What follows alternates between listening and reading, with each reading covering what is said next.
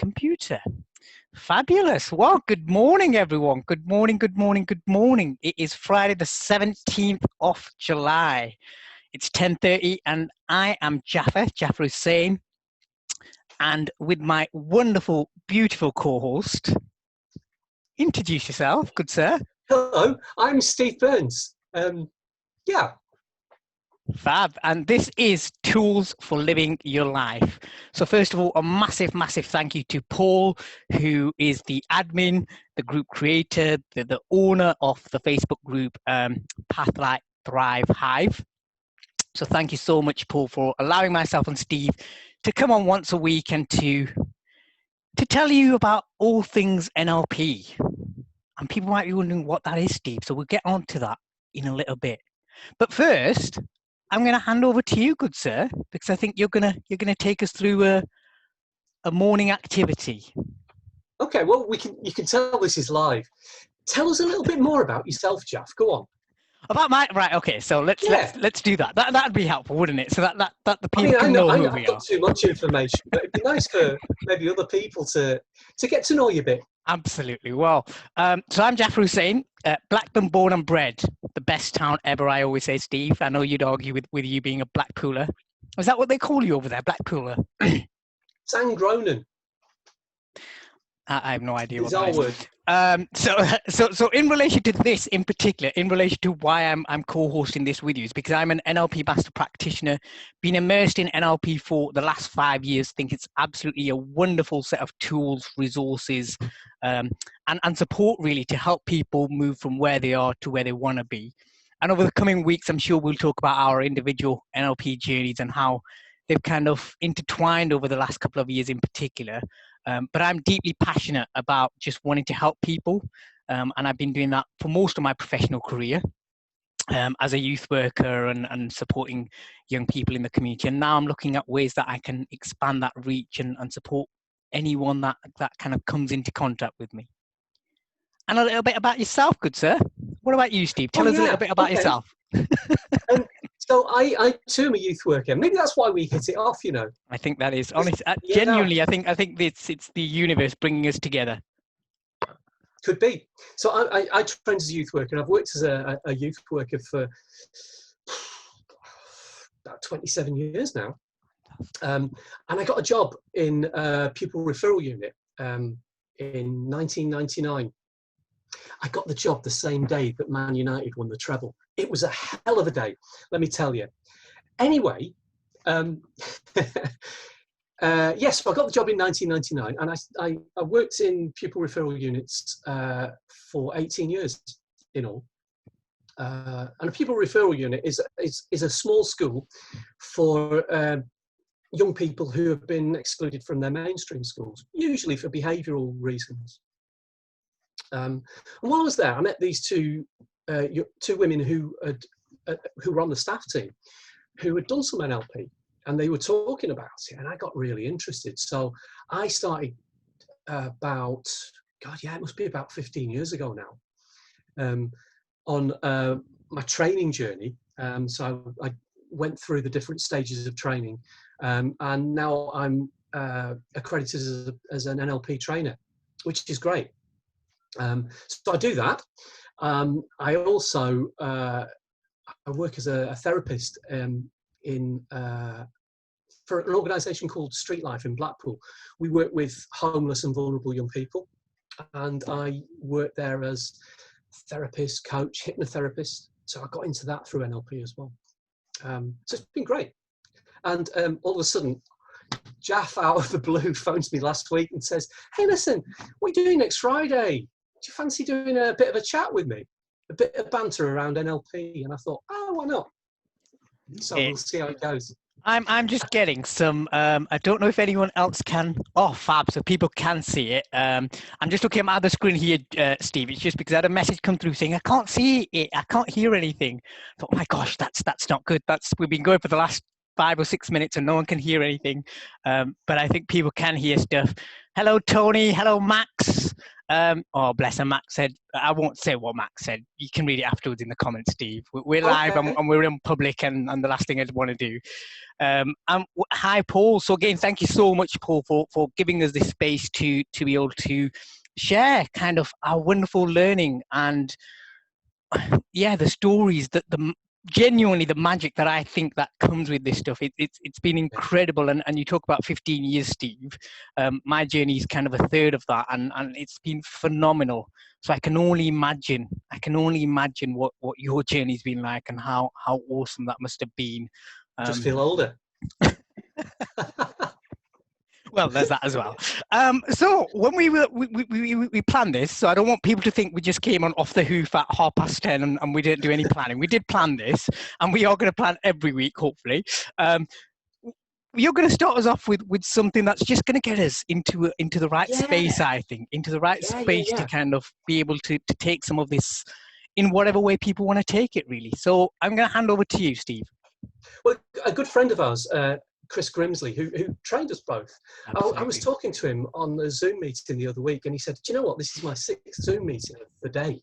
He said, I'm getting a syndrome called zoomed out.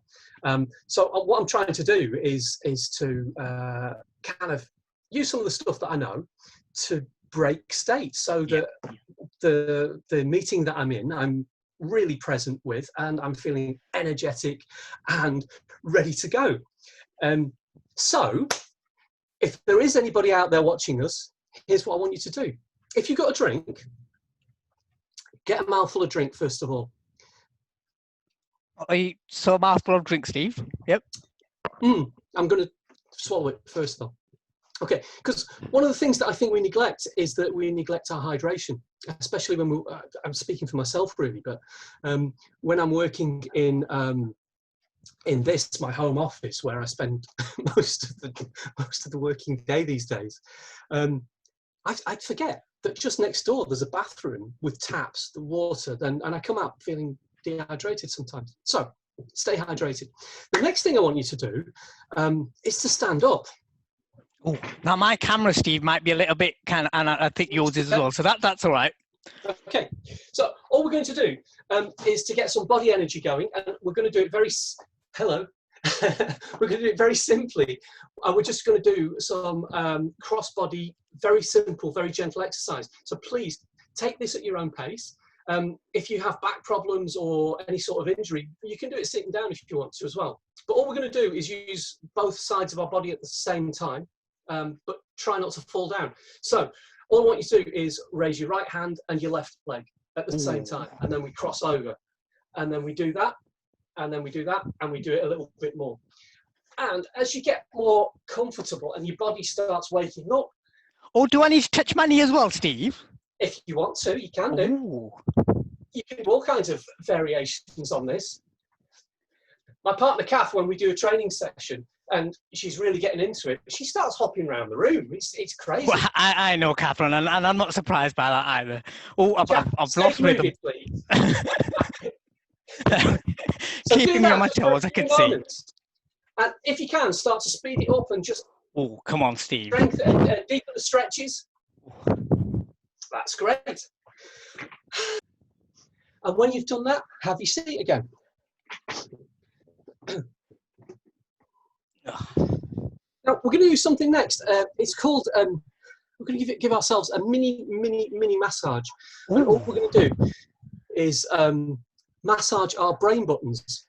Now, this is to do with Chinese medicine and meridians and energy flows. And apparently, I'm knackered, Jeff. What's have I done? This is not how I expected to start my Friday morning, Steve, that's for sure. Good. So apparently, by rubbing these, we can just free energy flow, especially from our gut to our head. So it's a useful thing to be doing. So I never thought I'd do this on screen, but here you go. If you can find your collarbone, just below your collarbone, either side of your breastbone, there are two little hollows. So if you take your hands like a pistol and just massage those two little hollows, either side of your breastbone, below your collarbone, just give them a little rub. You don't have to dig in and bruise yourself. The last thing we want to do is put more strain on the NHS, but just give them a quick massage. And then when you've done that a bit, Change over hands and massage again, just very gently. Now, I don't know a right lot about Chinese medicine. I don't know if I believe it all. And there may be some of you out there who are thinking the same thing. And all we urge you to do is give it a go and see what happens. Absolutely. Okay. So when you've done that, I'm going to button up again. I like the air of mystery. Okay, what I'd like you to do is hold your hands out in front of you with the thumbs up and then cross them over. And then turn them upside down so the thumbs are facing down. And if you can, just interlink your fingers like that. And then you can either bring your hands up to your chest, or you can leave them resting on your lap. But just if you can, hold that grip. So just take you through it again. So arms out in front, cross them over, either left over right or right over left, whichever's comfortable for you. Turn them upside down, so your thumbs are facing down. Interlink your fingers, and then either bring them up to your chest or let them rest on your lap. And while we're doing that, Jaff is going to read us a story. I am, and I think this is a part that I've been looking forward to since we discussed it yesterday, Steve. So if I just get the story up. So while Jaff is getting that up, what we'd invite you to do is just sit back into your chair as comfortably as you can, with your feet resting on the floor, and getting yourself just as comfortable as is right for you right now. And for some of you, you might want to shut your eyes now, or you might want to do it later, and just see how it goes for you. Jaff, over to you. And so we'll begin. I hope you're all sitting comfortably, everyone. Once there was a boy who listened to an old man, and thus began the lesson about the precious present.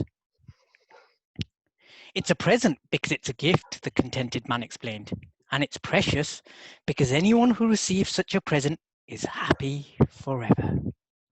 Wow, the little boy exclaimed. I hope someone gives me the precious present. Maybe I'll get it for Christmas. The boy ran off to play, and the old man smiled. He liked to watch the little boy play. He saw the smile on the youngster's face and heard him laughing as he swung from a nearby tree. The boy was happy, and it was a joy to see. The old man also liked to watch the boy work. He even rose early on Saturday mornings to watch the little labourer mow the lawn across the street. The boy actually whistled while he worked. The little child was happy no matter what he was doing. It was indeed a joy to behold. When he thought about what the old man had said, the boy thought he understood. He knew about presents, like the bicycle he got for his birthday, and the gifts he found under the tree on Christmas morning. But as the boy thought more about it, he knew the joys of toys never last forever. The boy began to feel uneasy. What then, he wondered, is the precious present? What could possibly make me happy forever? He found it difficult to even imagine the answer, and so he returned to ask the old man, is the present a magical ring? One that I might put on my finger and make all my wishes come true? No, he was told. The precious present has nothing to do with wishing. As the boy grew older, he continued to wonder. He went to the old man. Is the precious present a flying carpet? He inquired. One that I could get on and go to any place that I like? No, the man quietly replied. When you have the precious present, you will be perfectly content to be where you are. The boy was becoming a young man now and felt a bit foolish for asking. But he was uncomfortable. He began to see that he was not achieving what he wanted. Is the precious present, he slowly ventured, a sunken treasure? Perhaps rare gold coins buried by pirates long ago? No, young man, the old man told him, it is not. The richness is rare indeed, but the wealth of the present comes only from itself. The young man thought for a moment. Then he became annoyed. You told me, the young man said, that anyone who received such a present would be happy forever. I never got such a gift as a child. I'm afraid you don't understand, the old man responded. You already know what the precious present is. You already know where to find it. And you already know how it can make you happy. You knew it best when you were a small child. You have simply forgotten. The young man went away to think. But as time passed, he became frustrated and finally angry. He eventually confronted the old man. If you want me to be happy, the young man shouted, why don't you just tell me what the present is and where to find it? The old man volleyed. Yes, exactly. I would like to, the old man began, but I do not have such power. No one does.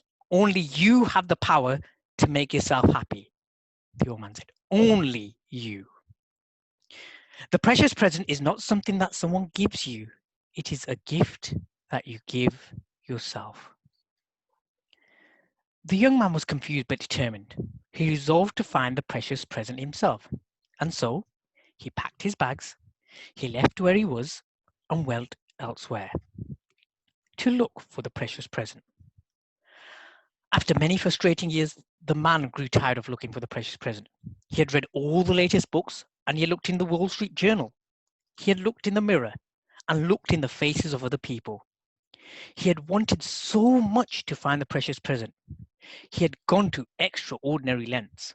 He had looked for it at the top of mountains and in cold, dark caves. He had searched for it in dense, humid jungles and underneath the seas, but it was all to no avail.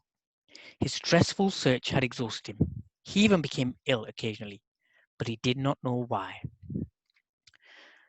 The man returned wearily to the old man's side.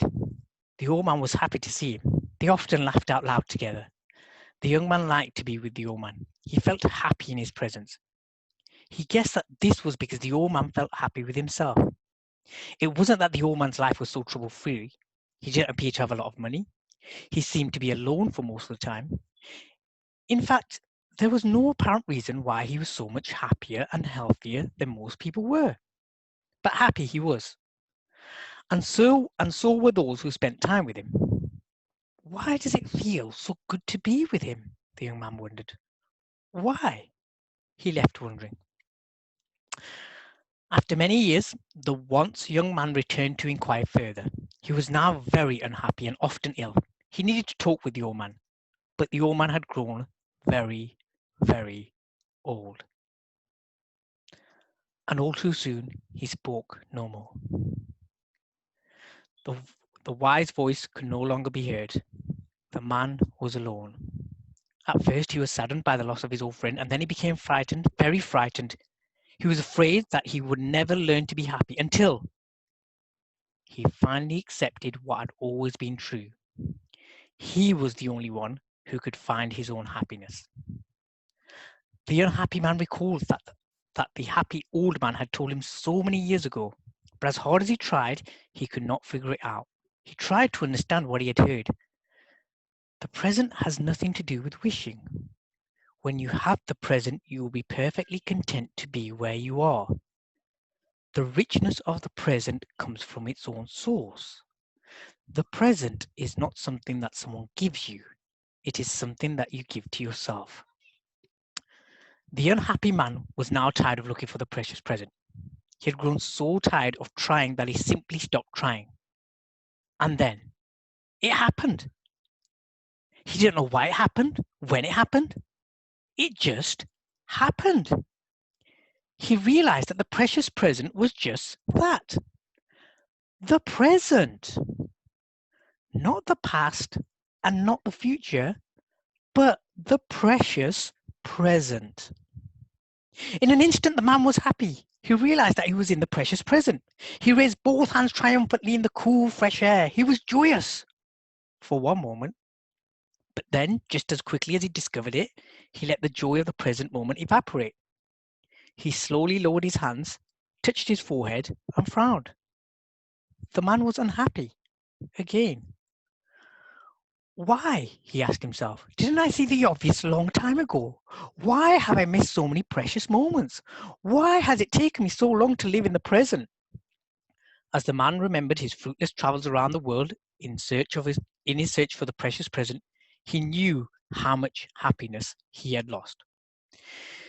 He had not experienced what each special time and place had to offer. He had missed a great deal, and he felt sad. The man continued to berate himself, and then he saw what he was doing. He observed that he was trapped by his guilt and his past. When he became aware of his unhappiness and of his being in the past, he returned to the present moment, and he was happy. But then the man began to worry about the future. Will I, he asked, be able to know the joy of living in the precious present tomorrow?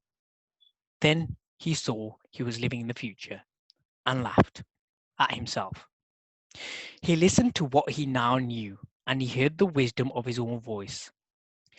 It is wise for me to think about the past and to learn from my past. But it is not wise for me to be in the past, for that is how I lose myself. It is also wise for me to think about the future and to prepare for my future. But it is not wise for me to be in the future, for that too is how I lose myself. And when I lose myself, I lose what is precious to me. It was so simple, and now he saw it. The present nourished him. But the man knew it was not going to be easy. Learning to be in the present was a process he was going to have to do over and over again and again until it became a part of him. Now he knew why he had enjoyed being with the old man. The old man was totally present when he was with the younger man. The old man was not thinking about something else or wishing that he was somewhere else. He was fully present. And it felt good to be with such a person. The younger man smiled at himself, the way the old man used to smile. He knew. I can choose to be happy now, or I can try to be happy when or if. The man chose now, and now the man was happy. He felt at peace with himself. He agreed to savor each moment in his life, the apparently good and the apparently bad, even if he didn't understand. For the first time in his life, it didn't matter. He accepted each of his precious moments on this planet as a gift. I know that some people choose to receive the precious present when they are young, others in middle age, and some when they are old. Some people sadly never do. I can choose to receive the precious present whenever I want. As the man sat thinking, he felt fortunate. He was whom he was where he was, and now he knew. He would always be whom he was where he was. He listened again to his thoughts. The present is what it is. It is valuable, even if I don't know why. It is already just the way it's supposed to be.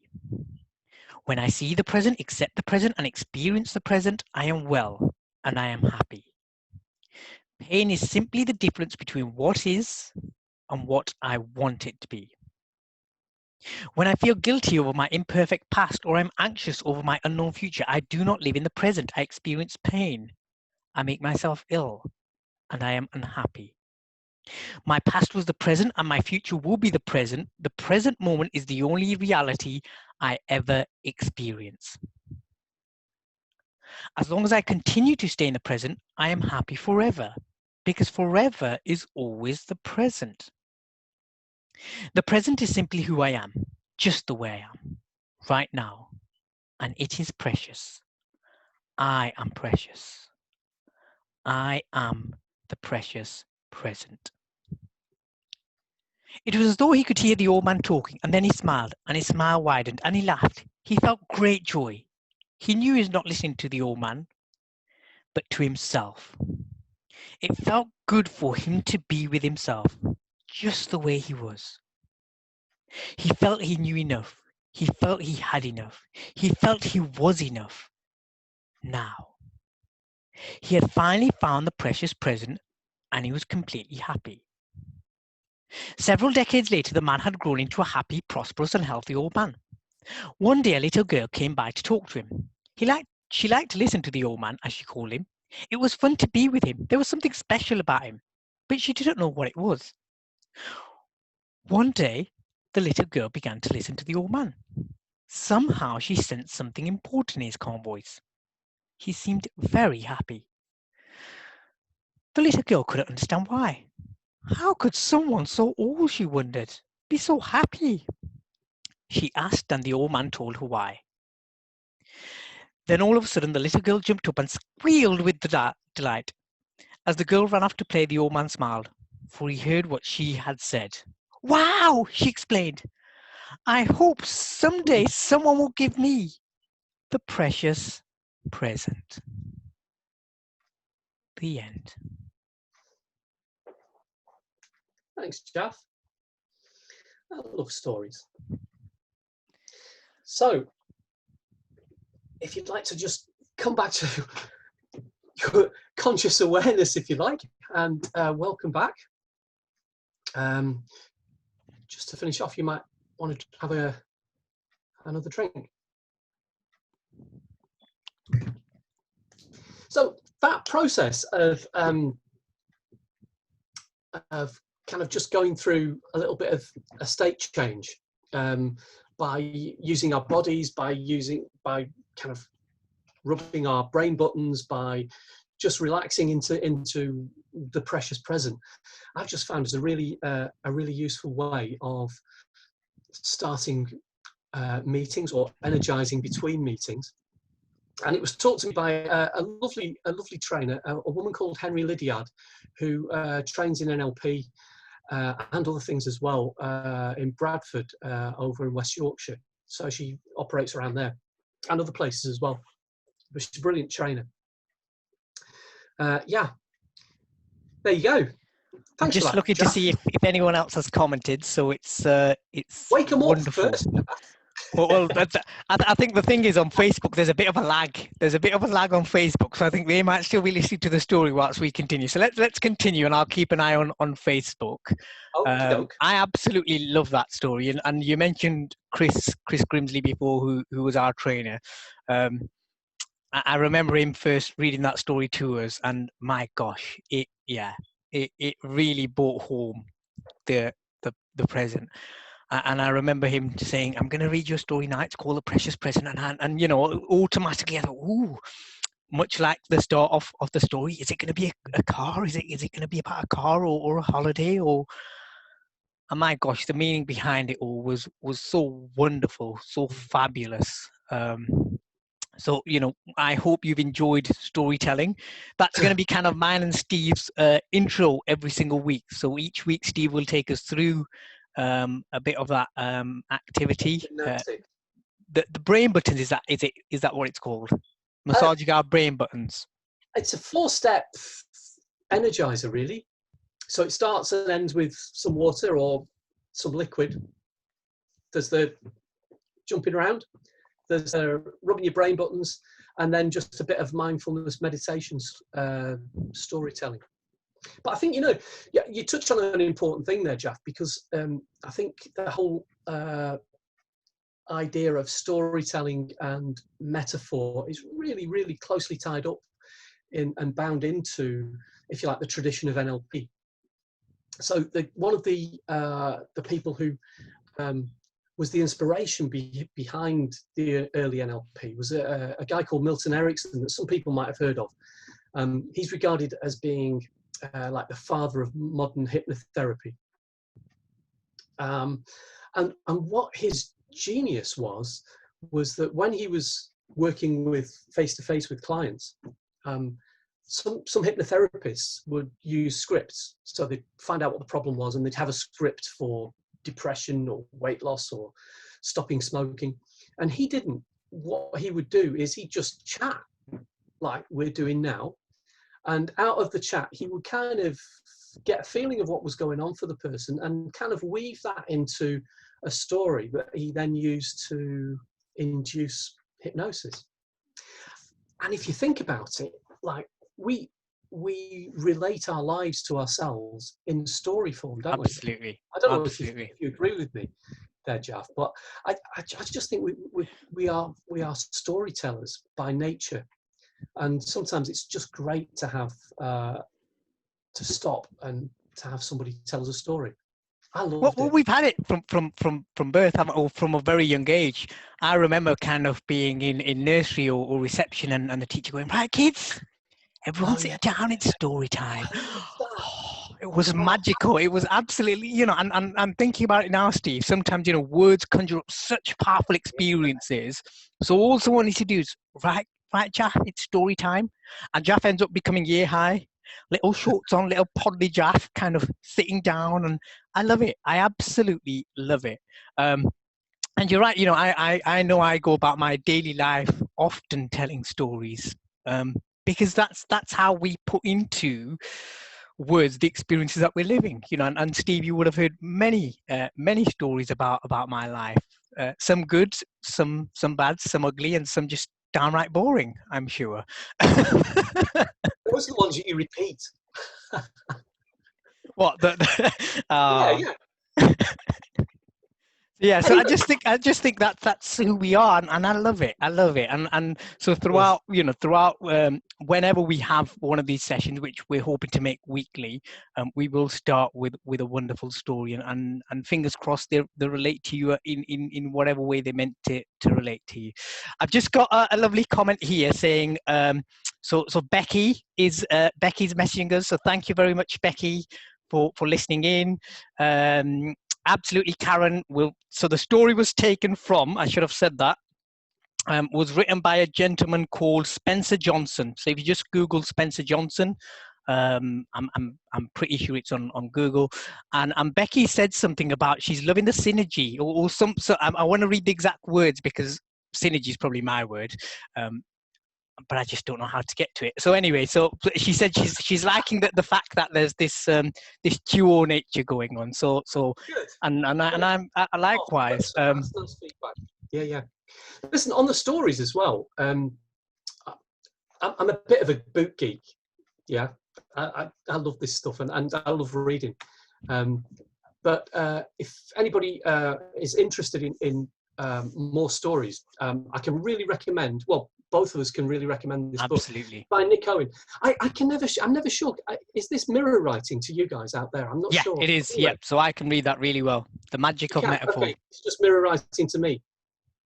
Yes. There you go. So the magic of metaphor by Nick Owen. It's full of really great training stories, metaphors, those sort of things, and lots of them.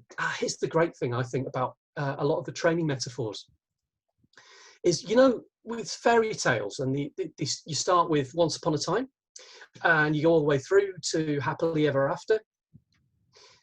A lot of them don't do this. What Yeah. they leave you with at the end is a question, which is an invitation for the listener to just kind of make sense of it for themselves. And I think that is a lovely thing to do. Yeah. So yeah, highly recommend that.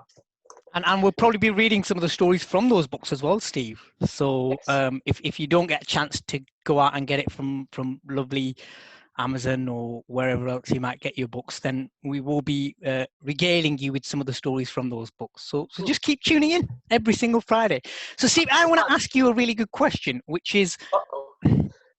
I think it'd be really nice to tell people four things really. So why are we doing this? Oh yeah. What is this? So what can people expect when they tune in every week? I feel so fancy saying that, tuning in. I've always wanted my own little show. Anyway, here we are. How are we going to do things? So do we have? I know we've got a plan, but I think we should let them know as well. And what next? So if I just ask you, wow. So when I rang you last week and I said, Steve, do you fancy doing this? And you're Yeah. here. Tell Yeah. me why. To be honest, I'm quite intrigued as well. So it'd be nice to know why you, and then I'll tell you why I'm doing this. Okay. So I mean, there's a couple of reasons. Firstly, I've been really slow to embrace the whole thing around social media, and it's been a bit of a thing for me. And I'm not as crap at it as I make out, but it's kind of like a defense thing. So when Jaff comes along all chirpy and cheerful and says, hey, let's do this thing, first of all, I thought, really? And then he said, well, come on, Steve, this stuff is too good not to be sharing, and we've had precious little chance to share it over the last 3 or 4 months. So all we're going to do is have a chat, and some people might join us virtually or online or whatever, or not, and they might not, and that's fine. Either way, we can just have a chat about the thing that is passionate to us. Absolutely. So for me, that was the thing that kind of motivated me, Jaff. It was like your phone call, really, because yeah, myself and my partner, I mentioned, we started a training business a couple of years ago, and it was only 5 weeks ago that we got our website up and running, and that was partly pressure of time, but also it was like, websites.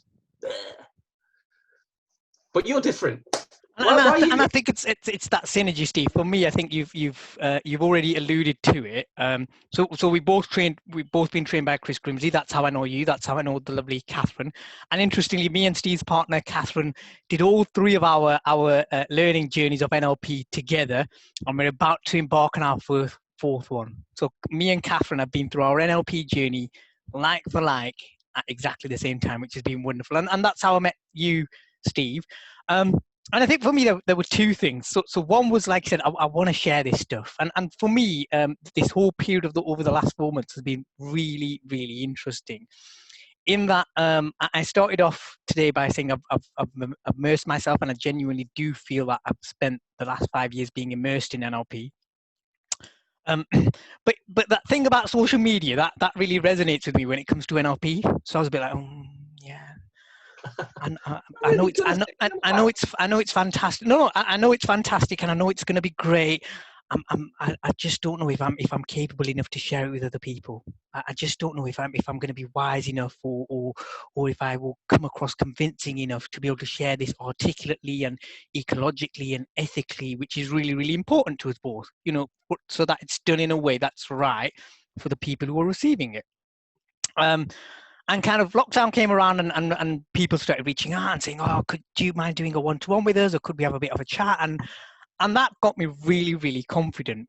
And so when I did a session with Paul a number of weeks ago, very similar to this, and I reached back out to Paul a couple of weeks ago to say, do you need anything else from us?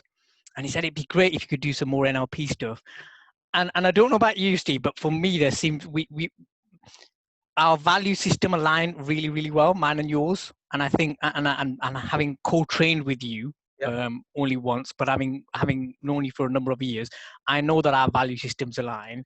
And for me, it was like, actually, I would want to do this with someone whose value system aligned with mine, who I know we could have an absolute fantastic in-depth conversation about NLP and its beauty and its magic, and at the same time have a good old chuckle about whatever, and have that really deep connection that already, I'm looking at my other screen, that already, bless her, Becky's commented on, saying that there seems to be some real kind of connection between the 2 of us. So that was my why, really, was lockdowns kind of encouraged me to do a lot more and to reach out in a lot more ways. And I wanted to do that with someone who I absolutely could trust, who I absolutely could have that conversation with, and who'll keep me on my toes. Who will absolutely keep me on my toes. Thanks, Jaff. Can I borrow 100 quid? You can't. Not yet. Okay. Lockdown's been great, but it's not been that great. Okay. So what are we going to be doing here? What are we doing? Right. So the idea is that we have. It's kind of like an ongoing conversation, really, isn't it? Where we occasionally, I suppose, we'll touch on NLP and things that we've just kind of picked up through working with it, using it, experimenting with it as well. I think one of the great things for me about NLP is that there's a playfulness about it. You find your own voice with it. Absolutely. And there's a flexibility in it that I really like and enjoy. And so that's basically the format. So we're going to natter for an hour or so, and some weeks I can make it and some weeks I can't, and the same is for you. Absolutely, yeah. But we'll try and keep that going, and as long as people are joining us. So that's basically what we were thinking of doing. And we want to make it quite real to people. So the Precious Present story was chosen specifically, not only because it was our first show, but because of what we're living through right now. And it is quite easy to go back into the past and go, oh, do you remember when times are good? And oh my gosh, won't it be wonderful when times are good again? And I don't know about you, Steve, but I keep hearing the new normal, which makes me feel a little bit queasy. And it's just about living in the present, as far as possible, and bringing yourself back to the present moment. So for me, it's about, being able to bring some real life activity and examples and messages, really. If we can, for me, Steve, I think for me, it's if I can leave here at 11:30, 11:45, whatever it is, knowing that in some way, shape or form, someone has taken on board even a small nugget of what we've said, and that has had an impact on them in some way, shape or form, I think we've done a bloody good job. Cool, isn't it? Yeah, no, I'm with you. That's great. So how are we going to do it? You've already chatted about it. So we're going to be here once a week, 10:30 through to about 11:15, 11:45. I don't know about you, Steve, but after about 60 minutes, my legs need stretching. I need a new brew, all that kind of stuff. And I can imagine the people who are watching at home will probably want the same. So it's about an hour and 15 minutes. Like I said, with a lot of NLP stuff thrown in there and kind of our experiences and whatnot. Mm-hmm. And at the same time, the other how is we'd love for people to engage with us. So I'm still figuring the technology because I can't read all the comments. So please do engage with us, even if it's not live. Yeah. I'm going to be uploading this on our YouTube channel, and hopefully we'll be uploading it in our social media channel. So please do comment, connect with us. So Steve's already talked about his website, so you can connect with us through his website, or you can find us both on Facebook and various other social media. So if you just look for us, and I'm sure you'll find us somewhere, hopefully. Cool. So that's the how. Yeah. So the other thing there is, if people have got questions, or things aren't clear, or you want to go a bit deeper, do whatever you have to do with that typey thing, and Jaffer will read it, and we'll have a natter about that. Absolutely. So please engage. Yeah. Exactly. We've got a format, and but again, it's very flexible. So we want to respond to you. Absolutely. Basically, that will be the perfect scenario. So I'm just going to look and see if there is any other comments. Bless Tony Cook, our new good friend Tony Cook. Well, my new good friend. You might have known Tony for many years. I don't know if you've come across Tony before, but we met Tony on Alan Johnson's Zoom sessions. Tony, yeah, hi. So Tony's messaging saying, yes, meeting you guys was the best thing about lockdown. Oh, well, thank you so much, Tony. That means a lot. And it's been great, meeting new people and chatting to new people and continuing on with our journey of self-exploration. Fab. So great stuff.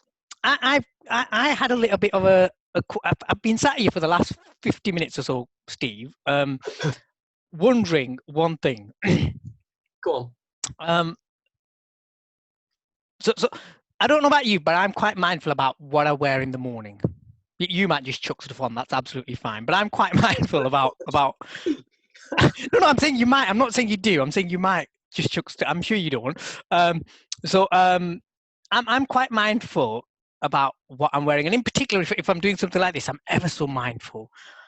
And I don't know if it's me, but I love to kind of see what people are wearing and I've noticed I've got this sweatshirt on, and you've got a shirt on, and part of me thinks I'm a little bit underdressed and whether I should have worn a shirt. So this is perhaps something we should have planned yesterday.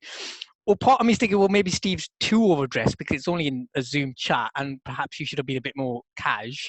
And I'm just interested to kind of, and it's probably got absolutely nothing to do with NLP, but I'm so interested in just knowing, do you think I'm underdressed? should I be wearing a shirt? I was a little bit curious. I thought you were wearing your jimmies. Thanks for that, Steve. Thanks for that. I was like, yeah, people are going to be watching us, hopefully.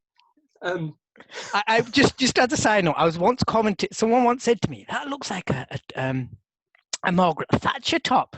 I thought, I'm pretty sure Margaret Thatcher didn't wear any tops like this. Pretty sure about that. I don't know. It just struck me that yeah, like, you look ever so fabulous as always, Steve.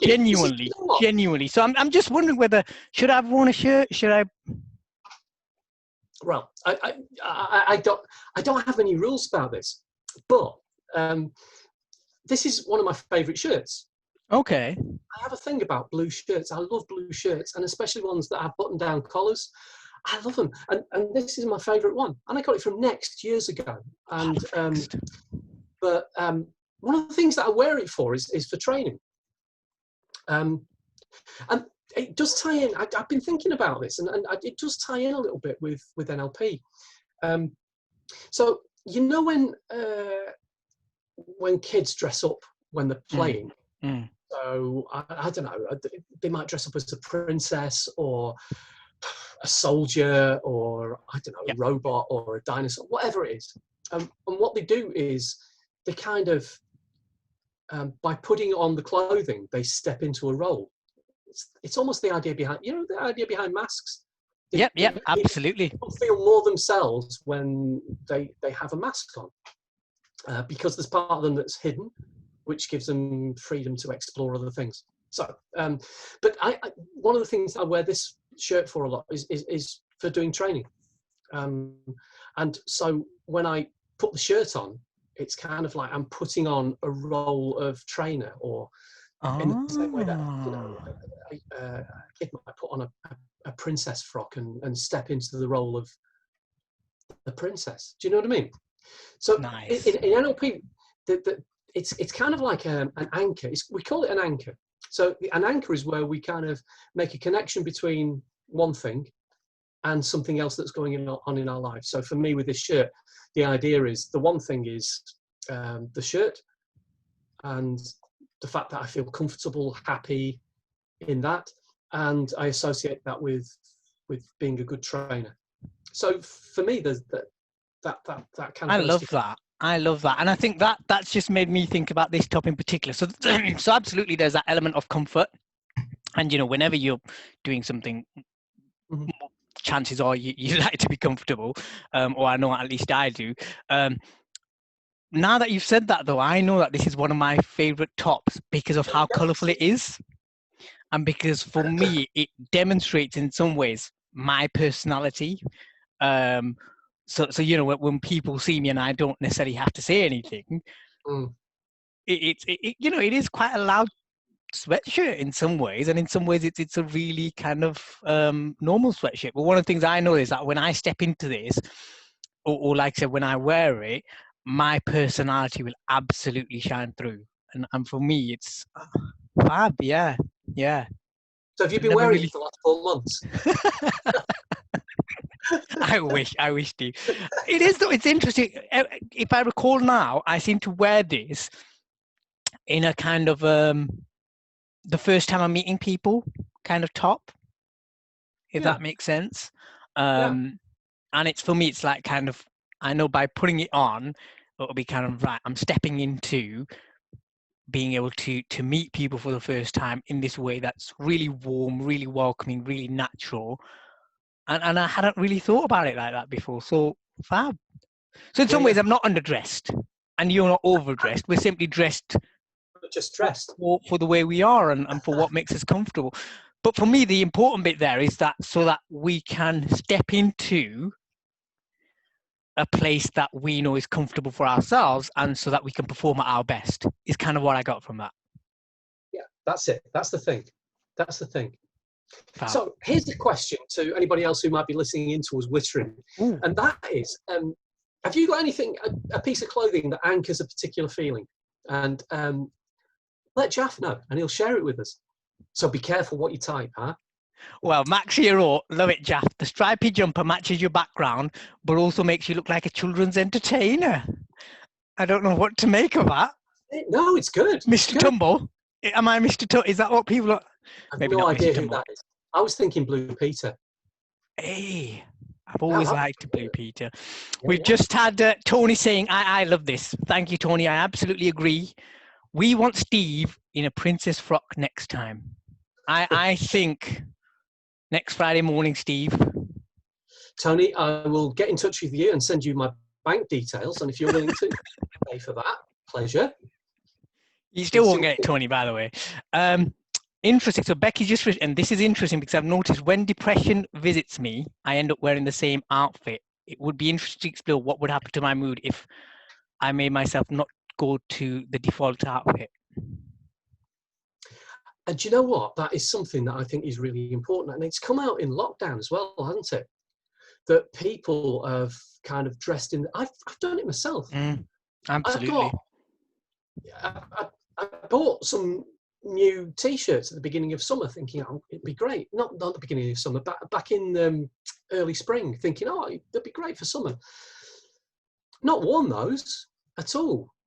I've just put on the same sort Yeah. of 7 T-shirts that are on rotation, wearing them with the same pair of scruffy trousers, and I think that's right.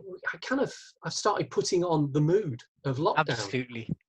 And there is something there, isn't there, Steve? Sorry, I was going to say I've seen it on social media throughout this period around kind of, if you don't get out of bed, so that whole thing about if you don't change your behavior, actually you can find yourself in some with some very unpleasant thoughts and feelings, which we'll cover at some other point, just because we want to give it some real good service and real good due diligence. But actually, if you continue to, for example, work from your bed, even though you're home working, or if you continue to work in your pajamas, or if you continue to kind of not operate in the way that you would if we weren't in the current circumstances, and that can absolutely have an impact on your and so just on that, Steve, I know that I've been kind of the flip side to your experiences, that I have been consciously making sure that I choose different tops most of the time, and going into my wardrobe and often going, oh, I haven't even worn this in 2 or 3 years. What's this still doing here? But I thought, actually, that tells me something about I need to drag some of this stuff out of the cupboard, just so that it feels as though it's new and it's exciting and it's like, Yeah. it's wonderful. But in answer to the question, because the question's a really good one. If I did something different, would I get a different result? The other way of looking at it is, that famous Einstein thing, that if you keep doing the same thing, you're always going to get the same result. The same results. So try it and see what happens. And we love to hear from you. We love to hear from you. Someone else here, I also have comfort clothes. Absolutely. Yeah. I think, and again, this is, we talk about learning styles, and again, we'll cover this on a subsequent week. Within NLP, there are preferred senses or styles. So kind of that there are those of us who prefer comfort much more. There are those of us who kind of have a preference for visuals, so for kind of seeing stuff. And there are people who have preference for kind of hearing stuff or that auditory kind of sense. Yeah. Max is saying, Steve looks like a psychiatrist. Well, thank you. I got swap shop, so I got children's entertainer. You got psychiatrist. I think me and Max need to have a word at some point, because I think that the I can see you doing that. But look into my eyes, everybody. Yeah. Now wow. Then. Okay. Fab. Yeah. So the idea behind that whole thing about anchoring and how we can change our state by changing different things. That whole stuff that we did at the beginning about jumping around and doing all this and rubbing our chest. It gives us a chance to break the state that we're in and move on to a different state. And I think one of the things that I found with the young people that I'm working with currently at Street Life is that they've been in lockdown, often in bed and breakfast rooms that they aren't familiar with. So it's not home, but then they're homeless. And they've got a very limited wardrobe that they wear all the time, and they've been told you stay in and we will feed you, which is great. And that's how a civilized society, I think, should deal with people who don't have a home. They should be given shelter and nourishment. The downside of that is there's kind of almost a depression that's coming out of dependency. So many things have been taken away. So many little decisions, daily decisions about when I go for a walk. So if I'm feeling down and the sun's shining, then I'm going to go out and I'm going to walk along the prom at Blackpool, which is where I live. Can't do that, apparently, because we're all locked down. Do you know, one of my colleagues put it really well. He said, what's happened is that the state has taken over for a lot of young people the role of parent that maybe they didn't have elsewhere. And it's not always working out that well. So anything that we can do to change that state so that we're in a slightly different headspace, try it. I mean, you know, the young people that I'm talking about, for them to change their headspace usually means alcohol and drugs. And you kind of, it's kind of broadened my understanding of why that might be a reasonable option, just because there's nothing else. Yeah. It's ever so interesting, that whole, sorry, go on, Steve. No, it's just stuff that's emerging now that lockdown is starting to ease a little bit. Sorry, Jeff, go ahead. No, I was just going to say that whole kind of interplay between the kind of the behavior that we demonstrate and actually what's going on inside of us is fascinating. Is huge. It's huge. And like I said, we would love to cover it. I know we will cover it at some point in subsequent weeks. Because for me, that's where it all begins. That, you know, if you have enough information and enough knowledge about this kind of stuff, that's when actually it becomes part of your awareness, and that's when you can then do something about it. Wonderful. I've got a comment here that says, so it's from Paul again. Thank you ever so much, Paul, for giving us the space to be able to do this, and hopefully we've done the group justice and will continue to do so. Today I'm wearing red, my favorite shirt, my favorite color as well. And listen to this, Steve. Red for me, and this is for Paul, symbolizes fire energy, belief, getting things done, assertiveness, dynamism, that word, and humor. Dynamite. Not dynamite, no. Right. And Good. humor. And I absolutely, yeah. So for me, it is that thing of, you know, when you when you put meaning to certain things, and absolutely red for me gives me that whole kind of all of those qualities plus more. Yeah. I can see lots of red in your room. Yeah, it is. It's genuinely favorite color. It is. Cool. Hey, Jeff, you know what we haven't done? We haven't. Sorry, no, I was meant to say, what's that? I don't know why I said we haven't. This is the reason it's live. Yeah. We were going to start off with a question. Do you remember? What is NLP? What is NLP? I just remembered. What is NLP? So we've been speaking for the last hour. Let's give it another 10 minutes, I think, because I absolutely love your definition of NLP. And I remember, so if I think people have heard this before, but I remember the first time kind of hearing it, and it was kind of a leaflet that dropped through my inbox that said, would you like to know what makes people tick and all that kind of stuff, and build better relationships and have rapport with people more of the time, etc., etc. And I went on an NLP course like you did, Steve.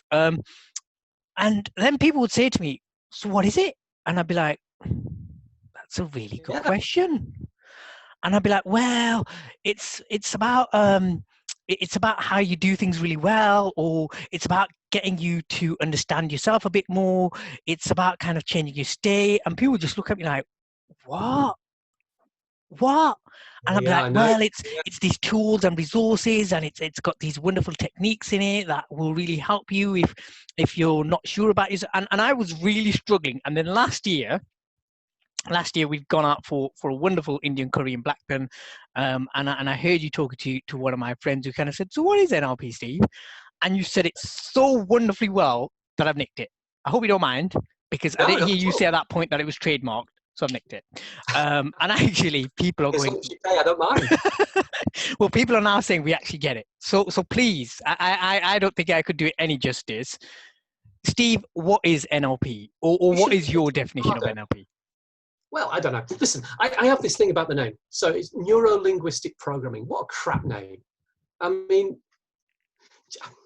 if it had been invented in Blackpool or Burnley or anywhere remotely sensible, they'd call it something like how to run your head better or mental hygiene or stuff like that.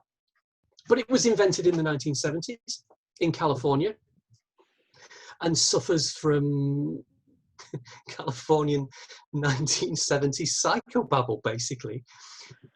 Having said that, the three words I think are really important. So, neuro-linguistic and programming. The neuro bit is about how we experience our lives, and we do that through our five senses. So we see things, hear things, smell, touch, taste things, and that's the kind of the input that gives us an idea of what's going on around us. The linguistic bit is how we turn those experiences into words so that we can describe them to ourselves, because we make sense of things through language. So we use that to describe our experiences to ourselves and also to other people, of course. The programming bit is the habits that we get into when we're doing that process of describing our experience. And sometimes those habits are great and they help us, and sometimes they hold us back. But go on, Jaff, sorry. I have a question. Yeah, So, so I know I use the word basically a lot. So for yeah. me, that would be, and I know that I use it for when I'm trying to explain something that I think needs breaking down, and kind of to get it in my head in the right way, I'll start by saying basically, and it is a pattern. So is that what you're talking about? It's small. It could be small language patterns like that through to really big kind of patterns of. Right. Absolutely. Okay. Absolutely. Okay. Yeah. So, I mean, the other thing is, we were talking about anchors before. Mm. Basically, it's almost an auditory anchor that when you say that word, you put your gear, your brain into high gear so that you can kind of sort out what it is you want to say. It's almost like a reset button as well in your head. Right. Okay. Yeah. Yeah. Does that make sense? Yeah. So Absolutely. just that word, and it becomes part of the habits that we have to describe what's happening to ourselves and also to other people as well.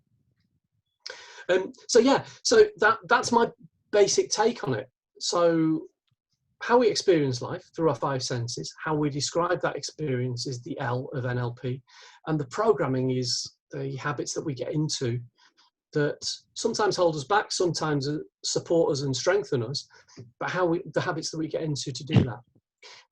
We have to do that. We have to have those programs, those habits, because if I'll give you an example. A friend of mine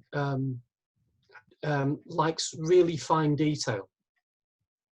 So when I ask her how was your day, how's the week, how's lockdown going, I need a packet of sandwiches, a thermos flask, and a couple of weeks to listen to the fine detail of what's been going on in her life. So when I ask Kath, my partner, how was today? She'll go, yeah, fine. 2 words. And if she says anything else, then I know I've got to listen because it's likely to be important. But generally, it's those 2 words. Those are just habits. And, sometimes what will happen in those 2 words from Kath will be, there's a lot of detail missing that actually I'm quite interested in. With my other friend who does the fine detail, then actually after about 10 minutes of this, the will to live is leaving me. And to try and kind of get things back to normal. That's kind of on a very sort of superficial level. But there's other ways that we use those linguistic habits that kind of tell us a little bit about ourselves. So my mum, who's 93, God love her, she's ace. But she's living in a care home in Lytham, and when I talk to her, and I'll say, well, how's things going? What I get often before she gets onto other stuff is a whole list of aches and pains. And each one of those will be the worst that she's ever had, right? So this is a woman who's old enough to have survived the Second World War. She lived in Manchester, in an area of Manchester called Cheetham Hill. So from their house on the hill, they could look down on the centre of Manchester and watch German bombers flying over, dropping bombs, and not knowing whether they were going to live and die. It could all be over in a minute. She went through 4 childbirths, and yet, and if she's not likely to be listening, is she, Jaff? Well, if she is, just remember that he loves you ever so much, and he's making a point here. Yeah, that's true. But if she gets a pain, it's the worst that it's ever been. So her habit is to catastrophize. So the way she describes the pain that she might be feeling, and fair enough. A couple of years ago, she fell and broke her wrist, and it was really painful. It took a while for it to heal. But that was 2 years ago, and now it's healed, and she still remembers that pain as the worst pain that she's ever been through. And that's fine, because that's how she's just describing her experience to herself. But when she does that, it also kind of blocks her out from other experiences that were going on at the time, because that becomes the dominant thing. So while that was going on, one of my sisters gave birth to another grandchild, but on her list of priorities. See what I mean? So in some ways that holds her back. It doesn't, because she survived 93 years doing that. And, she'll probably outlive me, but who knows? But that's what NLP means to me. What's our experience, how we describe it, and what are the habits that we get into? Now, the NLP, as well as that, is also when we start identifying habits that are holding us back. That's when those techniques and tools that you mentioned, Jaff, I was just going to say that for me was the wonderful stuff. So having some insight into that. So having some insight into, actually, I am experiencing the world through my 5 senses. Yeah. And me and you could be walking along Blackpool Beach, walking along the same stretch of kind of off the beach, and we'll probably experience 2 very different things. Yeah. Based on how our senses are taking in that information. Yeah, absolutely. How we then describe that. So I'm probably like your friend. I go into the fine detail, and often people are going, right, when does this story end, Jaff? And I'm going, 8 o'clock this evening. So there is that.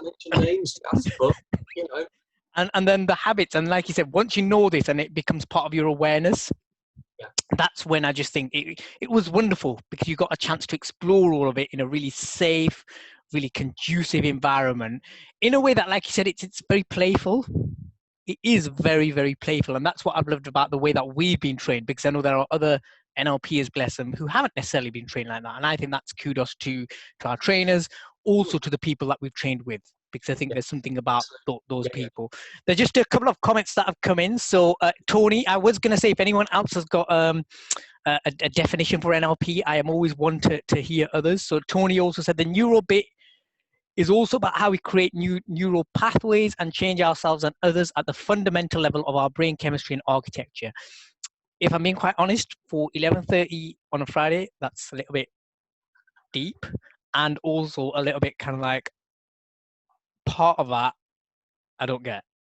Well, I think as well, Tony is a neuroscientist. He absolutely is. So absolutely. He knows this stuff. I've seen one of Tony's textbooks that he uses, and it's immense. It's brilliant. I haven't ventured inside it, but he once showed it up at a Zoom meeting. Oh yes, he did. Yes, he did. Yes, and it was huge. It was. I remember that. that. So again, Tony, please do continue to share. Sorry, Steve, you. No, I was going to say that.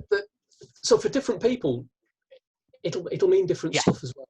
And for me, that idea of an elevator pitch. You got 30 seconds to talk about something. Go. Then that's by just breaking down the phrase neurolinguistic programming. I just find it a useful way of it makes sense to me. Yeah. And then there's another comment here. I won't say names. So I think I'm fond of giving too much info or detail. I think it's linked to anxiety. So again, if you want to reach out to me and Steve, we're happy to kind of explore that in a bit more with you. It'd be great. You know, I absolutely love kind of supporting people on that journey of self-exploration. And I think that's the one tool that NLP has given me, is that kind of confidence and conviction to be able to do that. With, like I said, a set of processes that do work really, really effectively and really efficiently.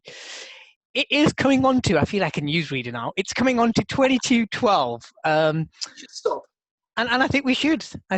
So it's been a wonderful morning. Thank you ever so much for agreeing to be a co-host. I've absolutely enjoyed it, and it's given me so much things to think about.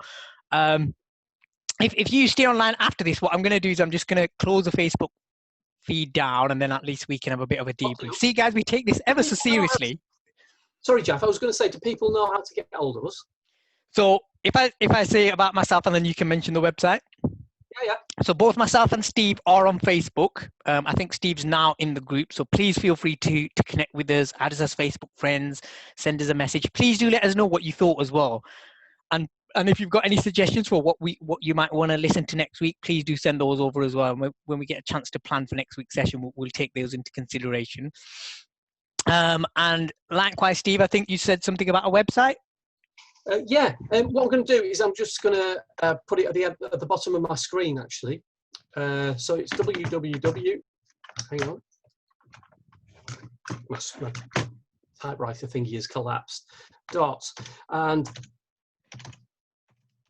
it's Torchbeam Training and Development. Steve, just so that you know, no one will be able to see this, by the way. That's okay. Hang on a second. Can you see that? No, that actually. Wait a minute. No, they can't. No. Okay. Well, it's www. Torchbeam, all one word, and then TAD, which stands for Training and Development. So torchbeamtad.co.uk. .co.uk. Fab. So that's where you can find out about Steve and some of his wonderful stuff. Connect with us on Facebook, and we've just had a couple of thank you comments. So thank you again, Paul, for giving us the opportunity. Thank you, Karen, for listening in. Thank you, Becky, for listening in and watching. Yeah, thanks very much. We'll be back here 10:30 next Friday morning. We hope to see more people then. And again, I have recorded this session, so it'll be on YouTube. So if you want to have a rewatch afterwards, then please feel free. Thank you so much. I'm just going to end on this comment. Sorry, Steve. Max Bless has just written in. I think she's trying to get back into my good books following the comment about I should be a kids entertainer. She said, "Fabulous session. I'm still working, but listening like a radio station. Think you should start a station. Thinking emoji. Something for us to think about." So, Steve, if you don't mind staying on, we can have a quick debrief. Thank you ever so much, everyone. We hope you have a wonderful weekend. Stay safe, and we look forward to seeing you next Friday. Okay, bye-bye, everyone. Thank you. Have they gone?